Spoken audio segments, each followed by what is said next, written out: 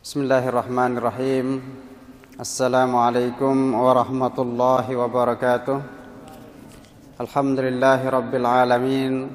Wassalatu wassalamu ala asyrafil mursalin Sayyidina Muhammadin wa ala alihi wa sahbihi ajma'in. Allahumma aslih ummata Muhammadin sallallahu alaihi wasallam wa farij an ummati Muhammadin sallallahu alaihi wasallam warham ummata Muhammadin sallallahu alaihi wasallam wa anshur wahfaz wa ayyid nahdatal watan fil alamin bihaqqi Muhammadin sallallahu alaihi wasallam. Faqala Allah ta'ala fi Qur'anihil azim, a'udzu billahi minasy syaithanir rajim. Bismillahirrahmanirrahim. Innal ladzina yuhibbuna an tashi'al fahishatu fil ladzina amanu lahum 'adzabun alimun fid dunya wal akhirah. Faqala an-nabiy sallallahu alaihi wasallam fi hadisihi syarif, man naffasa an muslimin kurbatan min kurbid dunya naffasallahu anhu kurbatan min kurbi yaumil qiyamah. Wa man yassara ala mu'sirin fid dunya yassarallahu alaihi fid dunya wal akhirah. Wa man satara ala muslimin fid dunya satarallahu alaihi fid dunya wal akhirah. Wallahu fi aunil abdi ma kana al abdu fi auni akhihi. Sadaqallahul azim wa sadaqa rasuluhul karim. Wa nahnu ala dhalika minasy syahidin asy-syakirin walhamdulillahi rabbil alamin. Pertama sekali, mari sama-sama kita merafakkan puji syukur kehadirat Allah Subhanahu wa taala yang telah memberikan nikmat sehat kepada kita semua, sehingga alhamdulillah pada malam hari ini dapat kita meneruskan kajian kitab Tajul Arus. Berharap mudah-mudahan Allah Subhanahu wa taala memberikan keberkatan buat kita semua, kemudahan untuk memahami apa-apa yang insyaallah kita akan kaji, serta Allah menuntun kita untuk dapat melaksanakan dalam kehidupan kita sehari-hari. Amin ya rabbal alamin.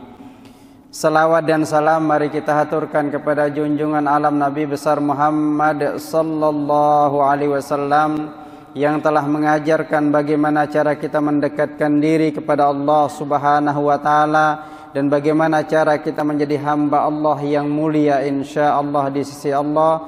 Mudah-mudahan Allah mempertemukan kita dengan baginda Rasulullah sallallahu alaihi wasallam, juga keluarga beliau serta para sahabat-sahabat beliau dan juga orang-orang soleh lainnya di kemudian hari. Amin ya rabbal alamin.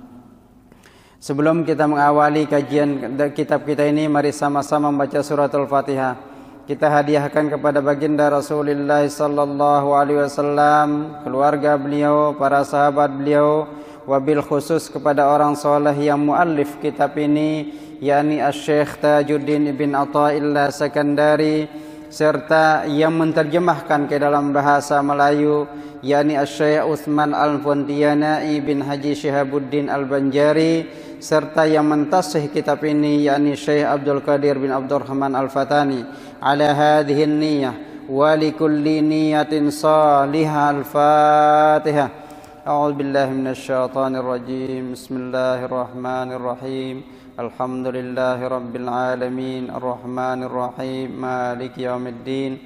Iyyaka na'budu wa iyyaka nasta'in. Ihdinas siratal mustaqim. Siratal ladzina an'amta 'alaihim ghairil maghdubi 'alaihim waladdallin. Amin. Alhamdulillah. Pada malam hari ini kita terus akan meneruskan kajian kitab kita pada muka surat ke-10 yang ada kitabnya. Mohon silahkan dilihat.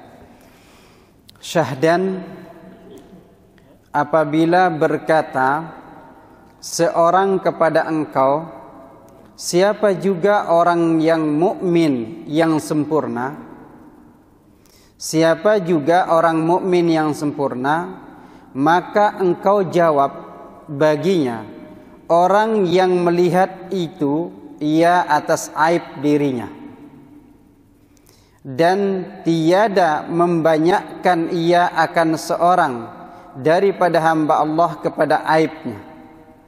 Dan apabila berkata seorang kepada engkau, siapa juga orang yang rendah dan hina, maka engkau katakan seorang yang membangsakan hamba Allah Subhanahu wa taala kepada aib dan mengaku dirinya dilepas daripada aib, dan setengah daripada memperbuat atas ini hal pada zaman ini, menyuka dan berhimpun orang yang berbuat maksiat, dan jikalau bahwasanya mereka itu masam pada kamu, mereka itu niscaya adalah yang demikian itu menegah bagi mereka itu daripada berbuat maksiat.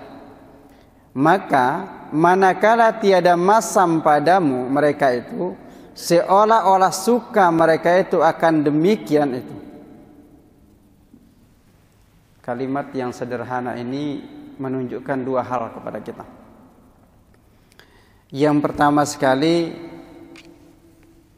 Allah Subhanahu wa taala dalam Al-Qur'an menjelaskan bahwa innal ladzina yuhibbuna an tashi'al fahishata fil ladzina amanu lahum adzabun alimun fid dunya wal akhirah. Sesungguhnya orang-orang yang suka, yang senang antashi al-fahishata fil ladzina amanu, yang menyebarkan aib orang lain, orang-orang beriman yang lain, yang mengatakan kepada orang lain dia memiliki aib dan dia sebarkan, lahum adzabun alimun fid dunya wal akhirah. Orang-orang yang memiliki sifat sering atau suka menyebarkan aib saudaranya, membuka aib saudaranya kepada orang lain, ini akan mendapatkan siksa oleh Allah Subhanahu wa taala fid dunya wal akhirah. Siksa di dunia pula siksa di akhirat. Nah, terkait dengan itulah kemudian Syekh Tajuddin bin Athaillah mengatakan dia dalam kitab ini bahwa manusia sempurna adalah manusia yang siap senantiasa melihat aib yang ada pada dirinya, tidak melihat aib kepada orang lain, atau dia menyembunyikan aib yang ada pada saudaranya, tapi aib yang ada pada dirinya dia selalu lihat. Inilah orang sempurna. Kalau kita mau melihat manusia mukmin yang sempurna, maka alamat tandanya adalah ketika dia lebih suka melihat aibnya sendiri daripada melihat aib saudaranya. Masyarakat kita saat ini, manusia di akhir zaman, lebih mudah melihat aib orang lain dibandingkan aib yang ada pada dirinya. Kalau teman kita bersalah, mudah sekali kita katakan dia bersalah. Tapi kalau kita sering melakukan kesalahan, kita menutupi aib dan kesalahan kita sendiri. Ini manusia sempurna adalah yang dapat melihat aibnya sendiri dibandingkan melihat aib orang lain. Kemudian katanya ada, kalau kalian melihat bahwa Allah Subhanahu wa taala membuka aib yang ada pada kita, maka kita tidak akan mampu mengangkat kepala kita karena malu kita. Karena Allah tidak membuka aib kita, maka kita siap mengatakan diri kita paling hebat. Padahal di dalam diri kita banyak sekali aib-aib yang ada pada diri kita. Maka kalau dalam pepatah atau bahasa peribahasa Indonesia mengatakan kuman di seberang lautan ini. Kalau kita melihat dari sini, seberang lautan berarti kalau kita mengambil pantai Muara sana, seberang lautannya adalah Labuan. Kuman yang ada di Pantai Labuan kita dapat melihatnya dengan jelas. Gajah, tahu gajah? Gajah yang ada di depan mata kita itu tidak tampak. Ini ibaratnya adalah orang yang suka melihat aib orang lain, sekalipun aibnya sedikit, tapi dia katakan aib itu sangatlah besar. Kemudian dia sebarkan kepada orang lain. Sedangkan aib dia padahal sangat-sangat besar, ibaratnya seekor gajah, tak tampak di depan matanya. Nah, orang-orang seperti ini Allah akan memberikan lahum adzabun alimun fid dunya wal akhirah. Apa azab di dunia bagi orang-orang seperti ini? Azab yang pertama, kalau orang yang memiliki hobi, memiliki kesukaan itu menyebarkan aib orang lain kepada orang lain, aib saudaranya kepada orang lain, yang pertama sekali adalah orang tidak akan mempercayai dirinya. Azab apalagi yang paling pedih, yang paling besar, paling kita sakit rasanya kalau orang lain sudah tidak percaya dengan kita. Ini adalah hukuman yang sangat besar. Ketika kita sudah tidak dipercayai, tidak mau didengar apa yang kita katakan, atau dalam bahasa lain orang sudah tidak memperhatikan kita. Itu biarkan saja, itu penyebar fitnah. Itu orang-orang tidak tahu, itulah penyebar fitnah. Nah, kalau itu sudah menjadi level kita sudah dicap orang mengatakan dia adalah penyebar fitnah, maka orang tidak akan mau bersama kita. So ini merupakan azab yang sangat-sangat menyakitkan. Itu satu. Yang kedua, azab di dunia bagi orang-orang seperti ini, selain tadi tidak didengar oleh orang, kemudian tidak ingin dijadikan teman, sahabat oleh orang lain, juga dia akan dikurangkan rezekinya oleh Allah Subhanahu wa taala. Akan dicabut, akan diambil kenikmatan hidupnya oleh Allah Subhanahu wa taala. Jadi para penyebar fitnah, penyebar aib orang lain, itu akan diambil kenikmatan hidupnya oleh Allah Subhanahu wa taala. Allahu Akbar. Jadi mari kita, kalau memang ada budaya, keinginan atau kesukaan kita suka sekali menyebarkan aib orang, berhentilah. Karena ini akan menyebabkan diri kita teraniaya di dunia, apatah di akhirat kelak. Nah, orang-orang seperti ini adzabun alimun fil akhirah apa? Akan disiksa oleh Allah Subhanahu wa taala di dalam api neraka. Sebelum disiksa di sana tentunya akan ada yaumul hisab, hari pertimbangan, hari pembalasan. Hari pertimbangan itu maknanya adalah amal-amal itu akan dipertimbangkan. Nah, orang yang sering, yang memiliki hobi menyebarkan aib fitnah orang lain, semua amal-amalnya nanti akan diambil. Amal ibadah yang dia lakukan akan diambil oleh orang yang disebarkan aibnya tadi. Satu orang datang, ambil pahalanya, berikan kepada orang yang disebarkan tadi. Maka katakan bagi orang yang sering memfitnah kita, alhamdulillah, aku telah diberikan pahala oleh dirimu. Alhamdulillah. Jangan marah. Alhamdulillah. Jangan dibalik lagi. Begitu orang marah dengan kita, mempermasalahkan kita, menyebarkan aib kita, memfitnah kita kembali memfitnah dia. Sama kita artinya. Nah, pahalanya diambil, dua orang datang diberikan pahalanya. Seandainya pahalanya sudah tidak ia miliki, dia tidak punya pahala lagi, habis pahalanya diambil pada orang lain, maka dosa orang-orang yang difitnah tadi akan diambil oleh dia, diberikan ke dia. Coba. Inilah yang oleh kata Rasulullah SAW mengatakan, orang inilah orang yang bankrupt. Jadi orang bankrupt sebenarnya adalah orang yang tidak banyak amal ibadahnya di dunia, tapi di akhirat semuanya diambil oleh orang-orang lain. Na'udzubillahi min dzalik. Ini adzabun bil akhirah. Ini orang sempurna tadi. Orang sempurna adalah orang yang sentiasa melihat aibnya sendiri, walaupun kecil aibnya, istighfar pada Allah begitu dia merasakan ada aib dalam dirinya. Astaghfirullahalazim, astaghfirullahalazim, astagfirullah. Dia istighfar terus. Ini orang yang sentiasa melihat aibnya sendiri. Nah, sekarang dikatakan lagi, jika dikatakan orang kepadamu, siapakah orang yang paling hina, paling rendah derajatnya di sisi Allah? Maka jawab kepada orang yang bertanya itu, orang yang rendah dan hina derajatnya di sisi Allah adalah mereka yang melihat aib orang lain lebih banyak, lebih besar dibandingkan aib dirinya. Dia meniadakan kelemahannya. Padahal ingat, Allah menciptakan manusia itu dhaifan, dalam keadaan lemah. Semua kita sama lemah. Tak ada yang sempurna.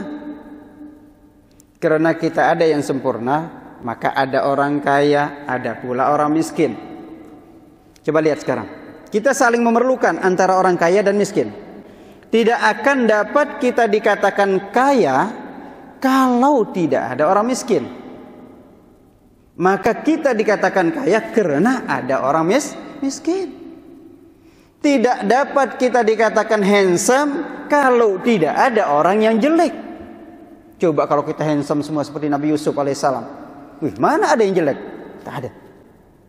Jadi Allah menciptakan ini mutazawwijan, berkahwin antara baik dan buruk. Maka diciptakan Allah kebaikan untuk mengetahui mana yang buruk. Diciptakan Allah yang buruk untuk kita dapat tahu mana yang baik. Kalau kita pahami ini, berarti tidak ada makhluk yang akan saling menghina. Tak ada. Apa artinya sama-sama manusia? Tak ada manusia yang berperang. Tak ada manusia saling menghina. Karena kita sama-sama makhluk Allah subhanahu wa ta'ala. Nah, kenapa kita saling menghina? Karena kita tidak tahu hakikat ciptaan Allah. Maka aib yang ada pada diri orang lain, coba sembunyikan, coba tutup, sehingga Allah akan menutup aib kita di akhirat nanti, akan menjaga kita supaya tidak tersebar aib kita di semua manusia, bahkan semua makhluk Allah di bumi di akhirat nanti. Dalam hadis Rasulullah SAW yang sangat populer, sangat terkenal, beliau mengatakan, man naffasa am muslimin kurbatan min kurabid dunya naffasallahu anhu kurbatan min kurabi yaumil qiyamah. Allahu akbar. Siapa sahaja yang membantu saudaranya mengatasi kepayahan hidup di dunia. Saudara kita perlu uang untuk anaknya sekolah 5 ringgit. Contoh saja. Kita datang memberikan dia 10 ringgit. Padahal saudara kita tadi mintanya berapa? 5. Seorang ulama pernah didatangi oleh seorang perempuan. Dia datang ke rumah ulama ini membawa satu botol damit saja. Tahu botol yang tempat minyak parfum, perfume itu sedikit saja. Damit dia bawa. Apa tujuannya? Dia datang ke ulama ini, tujuannya adalah meminta madu untuk mengobat suaminya yang sedang sakit. Setelah sampai ke rumah ulama ini dan dia kemukakan hajatnya untuk memohon minta madu dengan botol yang kecil yang damit tadi, kemudian ulama ini memerintahkan kepada muridnya, wahai murid-muridku, ambilkan ibu ini 1 botol besar dan berikan madu ini kepada dia. Muridnya kemudian mengatakan, ya Syekh, perempuan ini datang meminta madu hanya sedikit saja. Kenapa Syekh memberikan 1 botol besar? Jawabannya menarik sekali. Tentunya kita boleh dapat pelajaran di sini. Ketahuilah bahwa perempuan ini datang meminta sedikit dari apa yang aku miliki. Itu etika, cara kita minta. Jangan minta basar. Ini cara minta yang pertama adalah mintalah sedikit sesuai dengan keperluan kita. Kita perlu madu sedikit, ya mintalah sedikit. Jangan perlunya madu sedikit, mintanya 1 botol besar. Tetapi ulama ini sangat paham. Maka kata dia, aku mampu memberikan perempuan ini 1 botol besar. Kenapa mesti aku berikan sedikit? Nah, cara memberi beza. Cara meminta, mintalah yang sesuai dengan apa yang kita perlukan. Cara memberi adalah sesuai dengan kemampuan kita memberi. Jadi kalau kita mampu memberi orang 1 botol besar, kenapa mesti memberikan botol kecil? Kalau kita mampu memberikan orang 100 ringgit, kenapa kita mesti memberikan orang 5 ringgit?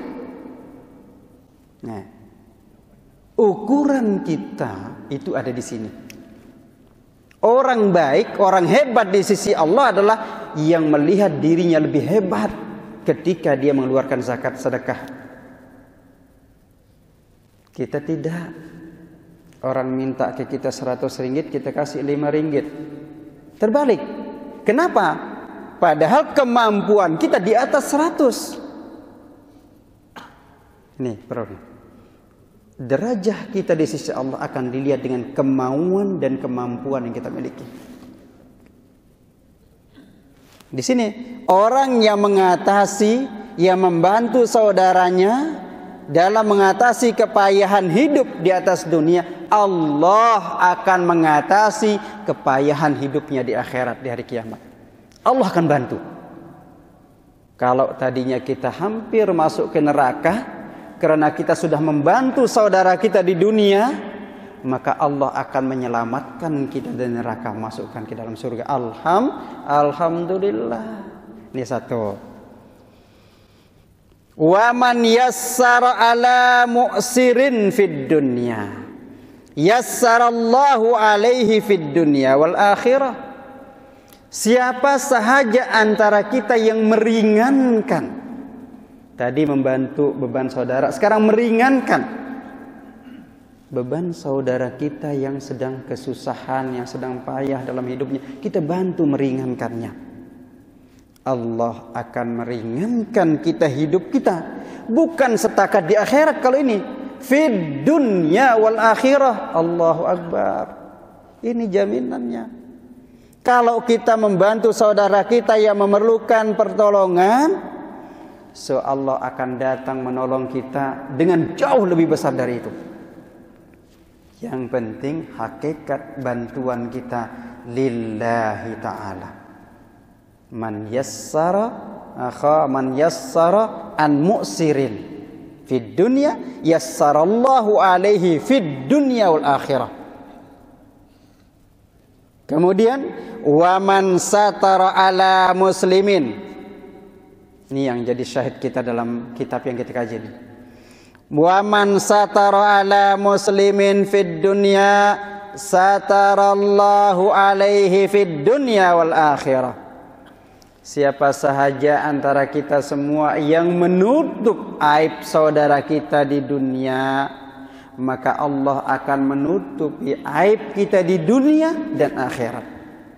Allahu akbar.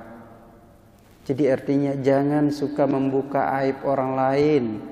Kalau kita buka aib orang lain, Allah akan membuka aib kita habis. Kita buka aib saudara kita sedikit saja. Dengan tujuan apa? Supaya saudara kita ini rosak. Allah akan membuka aib kita menjadi lebih besar lagi. Lihat sekarang fenomena dunia. Dunia sudah membuka aib negara lain, maka dia akan dibuka aibnya oleh negara-negara lain lebih jauh dari itu. Demikian pula manusia. Jadi kalau kita membuka aib saudara kita, maka Allah bukan manusia itu sendiri. Allah yang akan membalas, membuka aib orang ini di dunia, dan di akhirat Allah akan buka selebar-lebarnya. Sehingga semua makhluk Allah tahu bahwa orang ini sudah melakukan kejahatan pada detik ini, menit ini, jam ini, hari ini, dan minggu ini. Sudah dicatat semua. Maka disinilah kita minta kepada Allah Subhanahu Wa Taala. Kita minta kepada Allah tentunya untuk diberikan catatan kita nanti di akhirat. Fa amma man utiya kitabahu biyaminih fasawfa yuhasabu hisaban yasira wa yanqalibu ila ahlihi masrura. Dan orang-orang yang Allah akan berikan catatan dengan tangan kanannya, orang inilah yang akan berbahagia bersama keluarga-keluarganya di surga. Fa amma man utiya kitabahu wara'a zahri fahuwa yad'u subura wa yasla sa'ira innahu kana fi ahlihi masrura. Dan orang-orang yang diberikan catatannya dengan tangan kirinya, ini akan menjadi dalil, jadi bukti bahwa orang ini akan masuk ke dalam nerakanya Allah Subhanahu wa taala. Dan di dunia dulu, orang-orang yang diberikan catatannya dengan tangan kiri ini adalah orang-orang yang sentiasa merendahkan orang lain, yang sentiasa menghina orang lain, yang sentiasa membuka aib saudaranya. Orang-orang ini akan diberikan catatan dengan tangan kiri. Na'udzubillahi min dzalik. Allahumma ya Allah, berikanlah kami menerima catatan kami dengan tangan kanan ya Allah. Berikanlah kami dan keluarga kami ya Allah. Bantulah kami ya Rabb. Kemudian dikatakan bahwa wallahu fi aunil abdi makanal abdu fi audi akhihi. Allah sentiasa melindungi, membantu orang-orang yang membantu saudaranya. Jadi kalau hari ini kita sudah pernah membantu orang, yakinlah Allah akan membantu kita. Allah tidak pernah diam. Allah sentiasa memperhatikan siapa yang membantu hambanya, siapa yang membantu makhluknya. Banyak cerita kita dapatkan. Kisah yang paling fenomenal misalkan ada seekor anjing yang sedang mengeluarkan lidahnya. Itu tandanya anjing itu apa? Kehausan, dia ingin minum.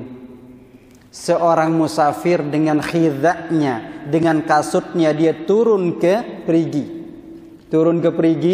dengan kasut dia bawa air ke atas, kemudian diberikan anjing ini minum dengan air dari kasut itu. Allah masukkan surga orang ini karena dia membantu anjing yang sedang kehausan. Subhanallah, anjing diberikan minum, hanya berikan minum saja. Allah masukkan orang ini ke dalam surga karena telah membantu makhluknya. Apakah artinya kalau makhluk-makhluk lain? Jangankan makhluk Allah, manusia. Coba sekarang betapa lebih berharga binatang daripada manusia. Pernah kita lihat kalau kita di drive kereta, kemudian ada kucing, kita apa? Kita hantam kucingnya, kita tabrak kucingnya, kucing mati. Apa kita terus? Tak. Kita berhenti kan? Kita biasanya berhenti. Kita perhatikan kucingnya, kita pinggirkan. Bahkan ada yang membawa kucingnya kemudian dikuburkan. Bezakan dengan kalau kita yang kena itu manusia. Apa yang kita lakukan? Kita takut. Bahkan ada yang lari, tidak mau memperhatikan yang dia tabrak tadi. Ini artinya apa? Dia lebih mengutamakan binatang dibandingkan manusia. Allahu Akbar. Nah, orang-orang seperti ini, inilah yang dikatakan orang-orang yang aib saudaranya dibuka, maka dia akan terbuka di akhirat kelak. Na'udzubillahi min dzalik. Nah, itu dasar kita dua nas tadi. Al-Qur'an satu dan juga hadis Rasulullah sallallahu alaihi wasallam.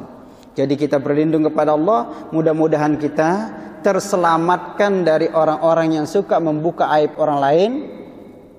Dan aib kita sendiri kita katakan tidak ada. Padahal kalau Allah membukanya, mungkin kita malu menegakkan kepala kita. Karena begitu banyak aib yang ada pada diri kita. Dan aib itu kita tahu sebenarnya. Kita tahu, cuman kita pura-pura tidak tahu. Kita lihat orang salah, kita salah, orang lain salah, kemudian kita katakan orang itu yang lebih salah. Akhirnya aib kita tertutupi dengan kesalahan orang lain. Dan ini Allah akan membalasnya fid dunya wal akhirah. Na'udzubillahi min dzalik. Kemudian kita lanjutkan sedikit. Masih ada masa kan? Syahdan, jikalau dibukakan bagi engkau pintu yang mulia. Allah bukakan pintu mulia. Pintu masjid ini sangat-sangat mulia. Begitu kita masuk dari gerbang masjid besar, masuk sini, itu pintu sangat mulia. Kemudian Allah membukakan pintu yang mulia ini, kenapa kita tidak mau masuk? Begitu lihat atau mendengar ada majelis taklim, tak jadi sembahyang di tempat ini, dia pergi. Itu artinya Allah sudah membukakan pintu kemuliaan. Kemudian dia pergi dari pintu kemuliaan itu menuju kepada pintu yang kehinaan. Jadi kalau Allah sudah meringankan kaki kita untuk datang ke majelis ilmu, bismillahi tawakkaltu 'ala Allah, la haula wala quwwata illa billahil aliyil azim, datang. Allah sudah mencatatnya dari sejak kita berniat. Mulai dari sekarang niat. Besok insya Allah saya mau hadir di pengajian tempat sini. Walaupun kita tidak sempat hadir, niat kita sudah tercatat oleh Allah Subhanahu wa taala. Subhanallah, niat saja sudah tercatat sebagai amal baik. Apatah itu dilaksanakan. Maka di sini ajarannya jangan malas berniat. Berniatlah untuk kebaikan. Nanti saya pulang dari masjid saya akan baca Quran. Katakan itu. So kalau kita tidak sempat, tapi sudah tercatat, Allah sudah menjadi niat kebaikan kita.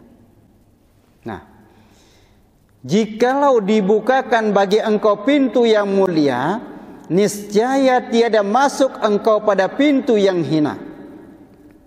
Pintu mulia yang dimaksudkan sini tadi antaranya seperti masjid, antaranya juga pintu mulia itu artinya lihatlah aib diri sendiri, jangan lihat aib orang lain. Itu pintu mulianya. Pintu hinanya apa? Lihatlah aib orang lain, jangan engkau pedulikan aib dirimu sendiri. Pintu kehinaan. Kita tinggal pilih mana. Orang yang hebat, orang yang memiliki pikiran yang baik adalah yang dapat memilih pintu kemuliaan dan hilangkan pintu kehinaan itu. Adakah lihat seorang yang dibukakan baginya pintu mahligai, adakah masuk ia kepada pintu jahat? Dan jikalau dibukakan pintu jina dan uns, Allah membukakan pintu jina. Al-uns itu pintu jina. Tahu jinak? Jina itu lawannya liar yang tidak dapat. Soalnya kucing kan jina tuh. Nah, maksudnya di sini apa? Pintu jina ini artinya Allah sudah membukakan kita pintu jina bersama Allah. Pintu mendekatkan diri bersama Allah melalui ibadah sembahyang 5 waktu. Ini pintu yang kita akan hampir dengan Allah Subhanahu wa taala. Ini Allah bukakan. Allah berikan media 5 kali sehari semalam. So tambah lagi dengan sembahyang sunat, sunat duha. Sembahyang lagi sunat qabliyah zuhur, ba'diyah zuhur. Terus ini pintu menjinakkan, mendekatkan, menghampirkan kita dengan Allah Subhanahu wa taala. Kenapa kita tidak mau hampir pada Allah? Allah berikan Al-Qur'an firman-Nya. Quran itulah firman Allah. Kenapa kita menjauhkan diri untuk mengucapkan, membaca firman Allah? Kalau kita baca firman-Nya artinya apa? Kan kita bersama yang berucap itu. Contohnya begini. Sekarang ada titah sultan. Kalau saya membaca titah sultan artinya saya sedang membacakan titah sultan yang dibaca oleh sultan. Berarti saya hampir. Kenapa? Karena saya membacakan titah sultan. Nah, hal yang sama Allah berfirman kepada kita 30 juzuk 114 surah 6666 ayat. Itu kita baca. Bismillahirrahmanirrahim. Berapa hurufnya Bismillahirrahmanirrahim sudah? Hah? Ada berapa tuh? Nanti dihitung. Yang jelas satu hurufnya sudah diberikan markah oleh Allah Subhanahu wa taala berapa? 10. Kalau dia Bismillahirrahmanirrahim 30, so artinya 300. Baru bismillah saja. Belum lagi kita baca Fatihah, berapa hurufnya tuh? Bukan alif lam mim satu huruf. Alif satu huruf, lam satu huruf, mim satu huruf. Alif lam mim sudah 3. Subhanallah. Ya Allah, mudah-mudahan kita diberikan keberkatan oleh Allah Subhanahu wa taala. Allah memudahkan kita untuk memahami apa-apa yang Allah firmankan pada kita semua, dan kita menjadi hamba Allah yang senantiasa berada pada jalan yang dianugerahkan oleh Allah Subhanahu wa taala. Allahumma ya Allah ya Tuhan kami, jadikanlah kami menjadi hamba-hamba-Mu yang senantiasa mengikuti segala perintah-Mu ya Allah. Jauhkanlah kami dari segala larangan yang telah Kau tegakkan bagi kami ya Rabbal Alamin. Ya Allah, dekatkanlah kami dengan diri-Mu ya Rabb. Ya Allah, dekatkanlah kami dengan baginda Rasulullah sallallahu alaihi wasallam ya Allah. Satukanlah kami dengan orang-orang yang baik ya Allah. Jadikanlah kami menjadi hamba-hamba-Mu yang mukhlisin, sentiasa ikhlas dalam beribadah ya Rabbal Alamin. Terimalah amal ibadah kami ya Arhamar Rahimin. Wa sallallahu ala sayyidina Muhammadin wa ala alihi wa sahbihi wasallam. Subhana rabbika rabbil izzati amma yasifun. Wa salamun alal mursalin. Walhamdulillahi rabbil alamin. Assalamu alaikum warahmatullahi wabarakatuh.